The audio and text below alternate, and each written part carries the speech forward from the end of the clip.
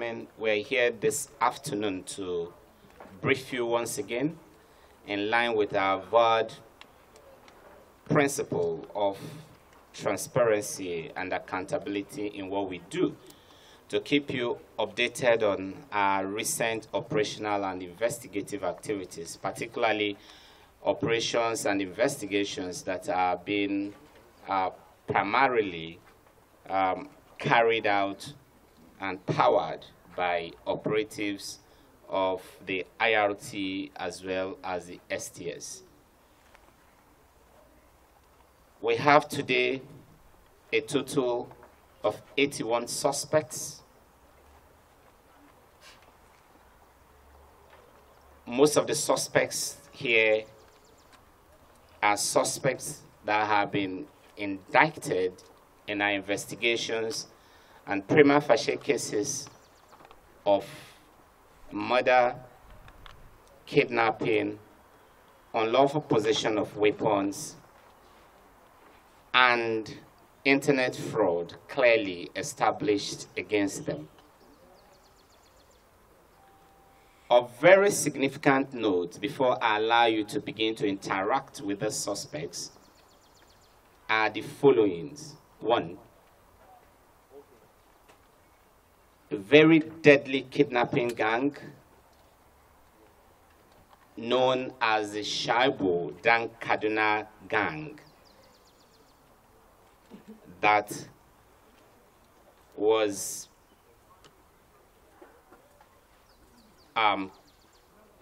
busted by our operatives. This gang are responsible, or rather were responsible before their eventual crackdown on them and before their eventual arrest, were responsible for so many terrible crimes, particularly along Kaduna axis and other states within the north central part of the country. As a matter of fact, on 11th August 2018, this very deadly gang ambushed a team of IRT operatives that were on a mission and killed 4 of the operatives. But ever since then, we've not relented on our efforts, and as I speak to you today, the majority of the members of that gang have all been rounded up. The rifles of the IRT operatives that were snatched from them after they were killed have all been recovered. 3 of the rifles are here on display. The leader of that gang, Shaibu Dan Kaduna himself, has been neutralized. As a matter of fact, he died during an exchange of gunfire with our operatives on the 3rd of October, 2019. The members of this gang will speak to you at the end of my brief. We also have yet another very dangerous gang led by one Rufai.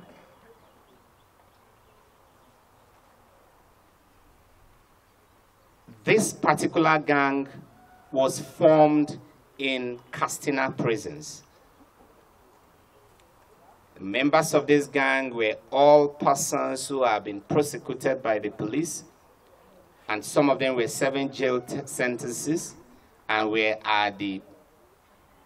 almost rounding off their sentences, while others were actually in the prison awaiting trials. Somehow they were able to get themselves together while in the prison, formed a very deadly gang, and while in the prison they hatched the plot to kidnap one Alhaji Tukuru Subairu, a wealthy businessman in Sokoto State. As soon as they were out of the prisons, they embarked on that mission,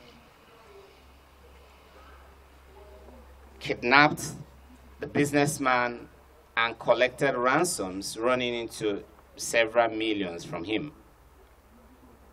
Again, we went after them, and as I speak to you today, all the gang members have been arrested. If you look at our display table, you will see a total sum of 10.1 million naira, which is part of the ransom they collected. There's also another gang that are responsible for the killing of Inspector Patrick Johanna. The incident happened somewhere along Abuja-Kaduna Expressway. 26th of August. Patrick, a police inspector attached to the Special Protection Unit, SPU, was gunned down by this gang on the 26th of August 2019. Again, you can't kill a police officer and sleep. You can't kill a police officer and go scot-free. We went after them, and we have the entire gang members with us. Our operatives here also extended their investigative and operational activities to Taraba State, where another kidnap gang numbering about 21 were all rounded up. That gang stands today totally decimated. They will speak to you at the end of my brief.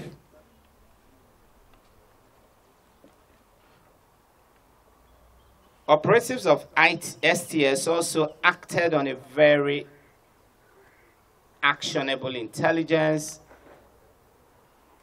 and again busted a home where 10 internet fraudsters, popularly known as Yahoo Yahoo, were arrested.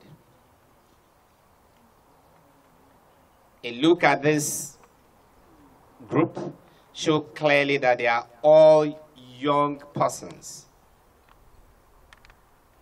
Out of the 10, one is a Ghanaian who incidentally told us that he is a secondary school student in Accra Academy, also located in Ghana.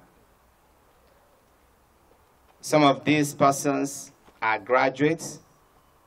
As a matter of fact, one of them who we recognize as the leader of that particular group has a BSc in microbiology and an MBA in business administration. And this, for me, tells the story of the sophistication and a very creative, negatively creative nature of the internet fraudsters.